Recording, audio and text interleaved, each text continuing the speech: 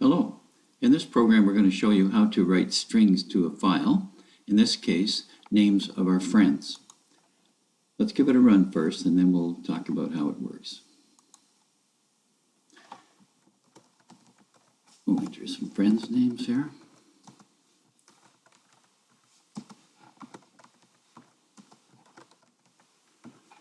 And we'll press enter to end the creation of the file.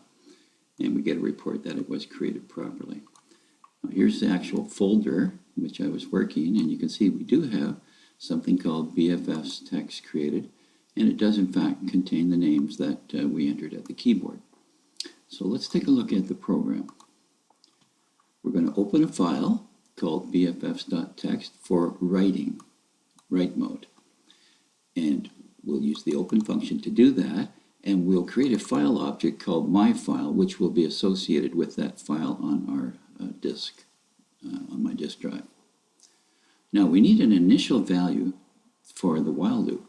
We want to use a while loop so that we can repeat certain lines of code in this program.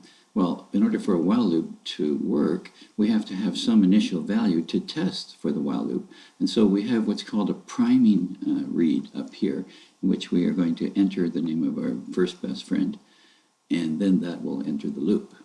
And as long as that's not an empty string, this will continue to run.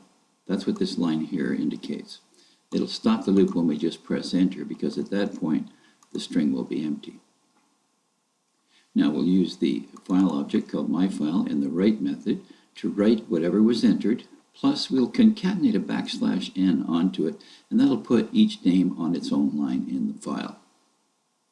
And then we'll prompt for another name. And you might notice that this line here is identical to the line up above, because we have to continue entering names. And of course when the user just presses enter, that stops the entry and it stops the loop, and these two lines here execute. Okay, that's how it works. Now let's take a look at a program that would read that file. And we have that here, called read BFFs. Here's what it looks like. In this case, let's take a look at it first before we run it. We're going to open a file again. Of course, the file we want to open is this one, but we're going to open it now in read mode with an R. I'm going to call it myFile again. We don't have to call it myFile. We could use whatever object name we want here to be associated with the file on our disk. But I went with myFile again. Then I wanted to print out a heading, and then I wanted to start reading lines from the file.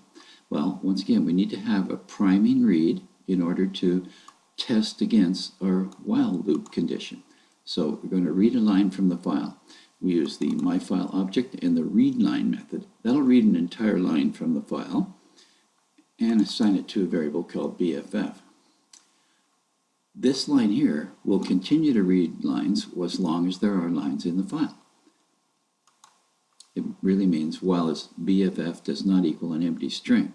And of course when there are no more names in the file, that it will be an empty string, so that'll stop the loop.